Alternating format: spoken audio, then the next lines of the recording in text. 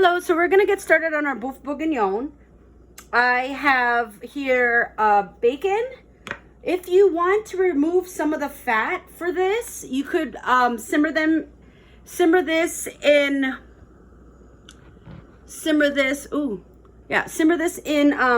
water for about 10 minutes to remove some of the fat. I'm not gonna do that right now. It's just to not do an extra step. But I'm just gonna throw it into a pan with a little bit of olive oil.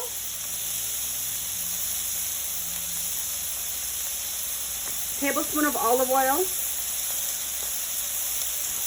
Just to get it started. Okay. Make sure my camera isn't. I should have put the oil first. Oops. Hold on. Okay, it shall be okay.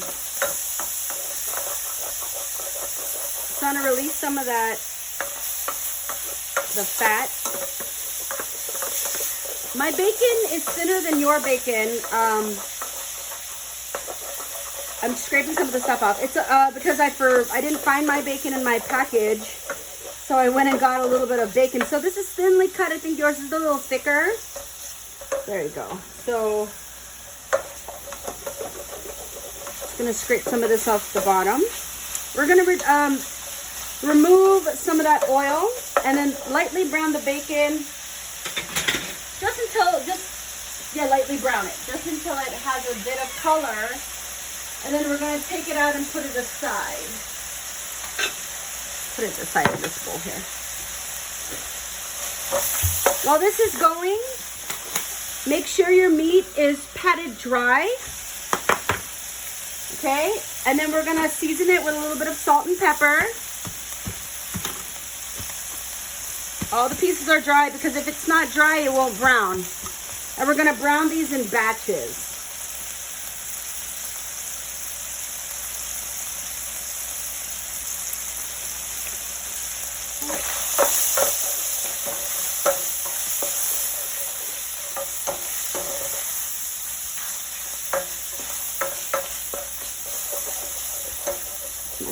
Scraping some of the bits off the bottom.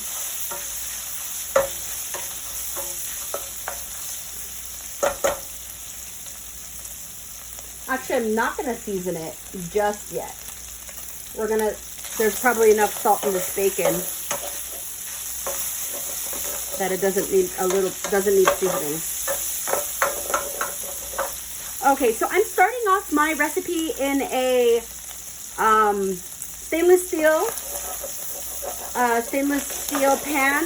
Then I'm going to transfer it to a Dutch oven. Just because it takes a long time for my Dutch oven to get hot.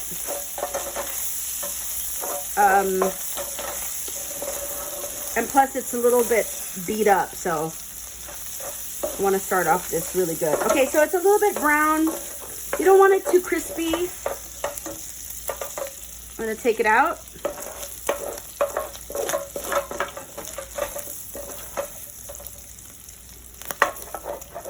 I haven't used this pan in a long time. It's stuck. But all that stuff on the bottom is flavor. So I'm going to remove this. That's enough oil to brown my meat. So I'll keep that oil. If it's too much fat on the bottom, what you can do is remove some of that fat. But that's going to be good to brown my beef. Get all these bits off so they don't burn. Okay, so hot pan. Cuts of beef. Don't crowd your pan. You want to put maybe, let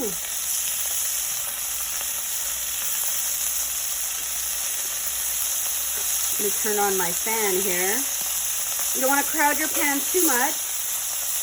Let me try to move my angle a bit so it's not messing up my camera.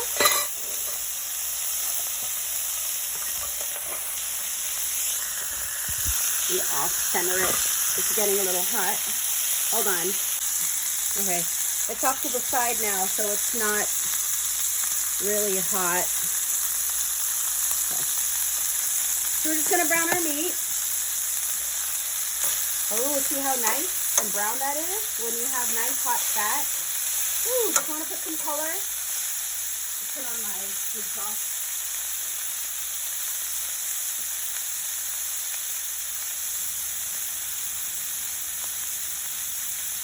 I'm going to set off the fire alarm.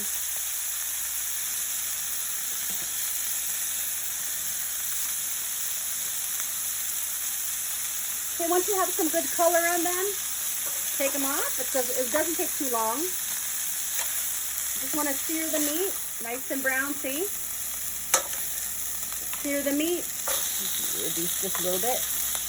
Do them in batches because if you put all your meat at once, what happens is you're going to start steaming it and not searing it.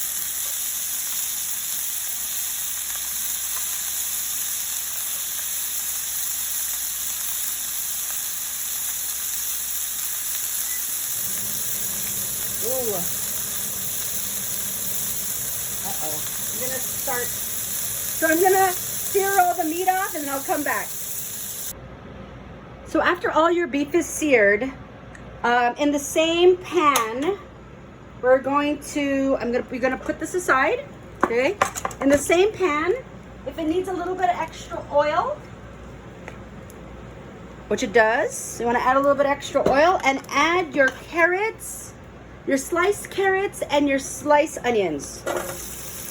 And you're gonna saute them until they're soft. Or slightly, not soft, slightly translucent. Okay?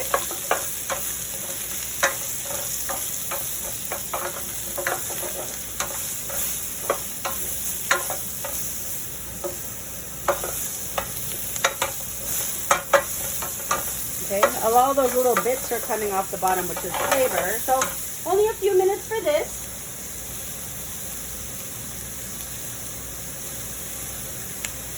Okay.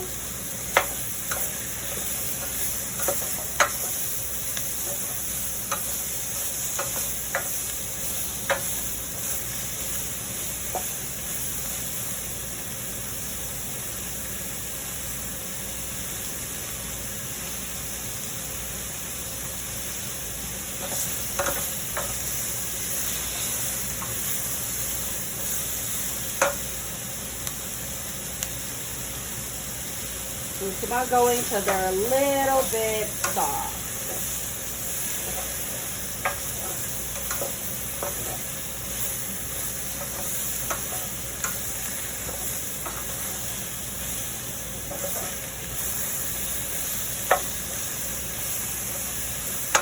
Okay.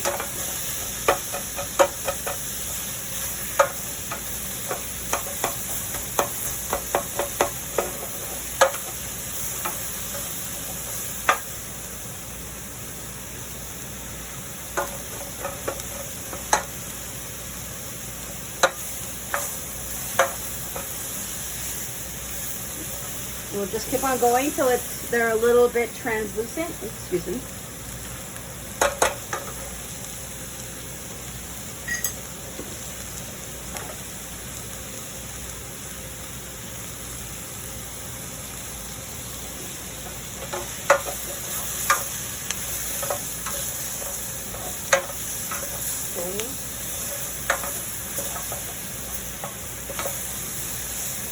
Okay, so the onions are a little soft. We're gonna add the bacon. If there's excess oil, you could drain it. But we're gonna add the bacon back. We're gonna add all the beef. I know this is a small pan, but we're gonna transfer it to a bigger one. I'm gonna add the beef with the juices.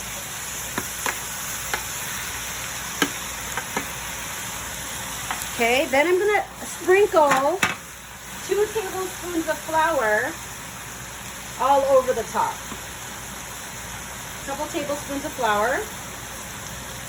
Then I'm going to coat them with the flour. This is a thickening agent, okay?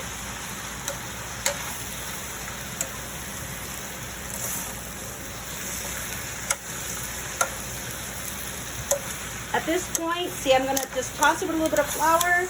I'm gonna season it with salt and pepper. I'm using pepper today because I felt bad not using it yesterday. So a teaspoon of salt, good teaspoon of salt, and a fourth of a teaspoon of some fresh pepper. I had to grind my own pepper. So from here, now that everything is coated, I'm going to move this to the oven and bake this at, the oven's been preheating for 450 for about 10 minutes. I'm going to stick this in there for about 4 to 5 minutes so all that flour can create a crust on all these. Okay, hold on. My pan is in the oven. It's going to be in here for about 5 minutes just so that flour can harden around. Then I'm going to stir it after 5 minutes and put it back in. Okay, so after 5 minutes, or 4 or 5 minutes it says, I'm going to take this out. I'm going to stir this just a little bit. Okay, stir it around. And then I'm going to stick it in the oven again for 5 more minutes just to brown that flour a little bit. Okay, be careful, it's hot. You could also put your casserole in the oven as well. So I transferred everything into this pan here. I deglazed my red wine in this pan. See, I'm gonna scrape all the bits. Okay, like I said, I used oh, I'm spilling all over the place. I used Trader Joe's 2-buck chuck, but any red wine that you like to drink that's a little dry, not too sweet, you can use. Okay, so I'm gonna add this here. Deglazing means you want to take all that fond off the bottom of this pan. So those little bits. I am going to deglaze it a little bit more. If I didn't get it with, I have 2 cups, 2 cups of chicken stock. Oh, where's the camera? 2 cups of chicken stock. You could also use water. You could use beef stock, but we didn't make any beef stock. So what I'm going to do is add about a tablespoon, maybe a couple teaspoons of this beef bouillon.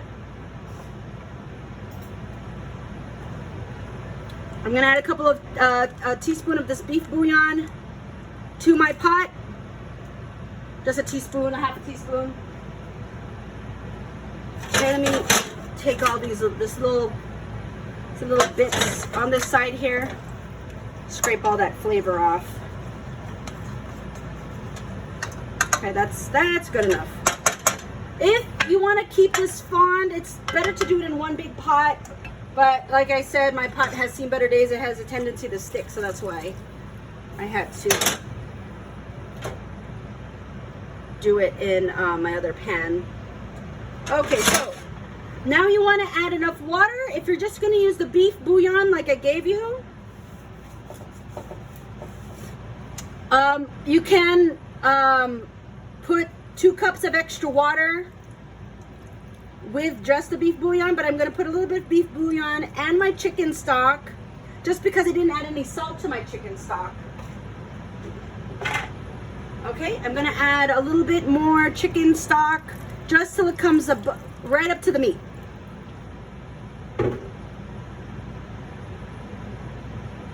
Okay, now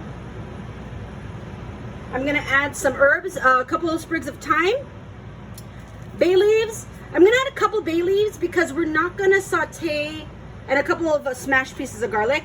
We're not going to saute the pearl onions. I'm going to add the pearl onions to this about an hour into the baking. So there you go. I'm going to add those aromatics in.